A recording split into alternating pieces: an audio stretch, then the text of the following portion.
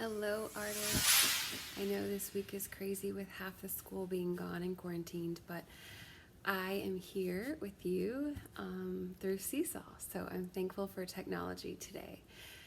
First off, I want you to think back to the beginning of the year when we did some line drawings and practiced contour line drawings.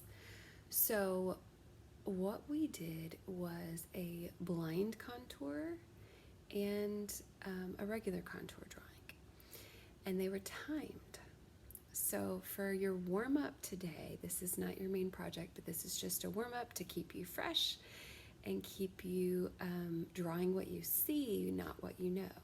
Because we can certainly draw from our imaginations, but when we're trying to create realism, we really have to look at the relationships between lines and shapes that we see in real life when we're drawing from real life. So first I want you to do a regular contour drawing for 1 minute.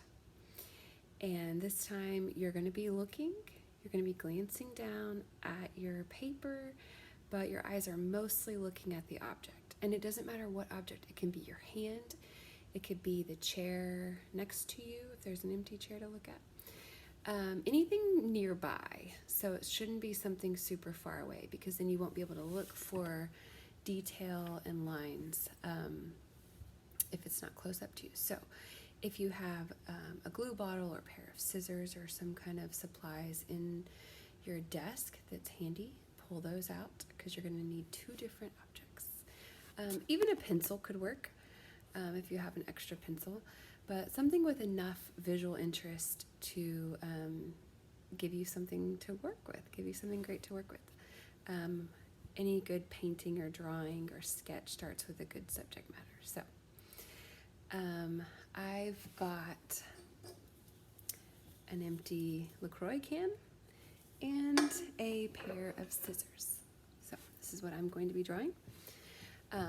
The first one's going to be a 1 minute contour drawing, and your second is going to be a 1 minute blind contour drawing. And just to remind you, you're not blind, you're not blindfolded. You are definitely using your eyes. You're looking only at the object.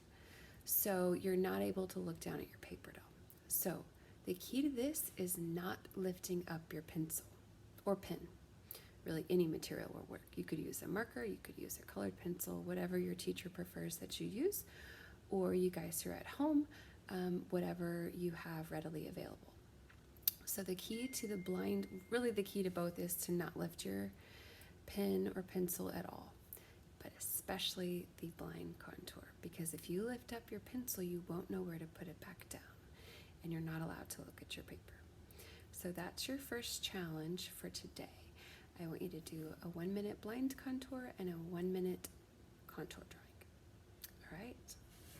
Take a picture and post it here in Seesaw so I can see it.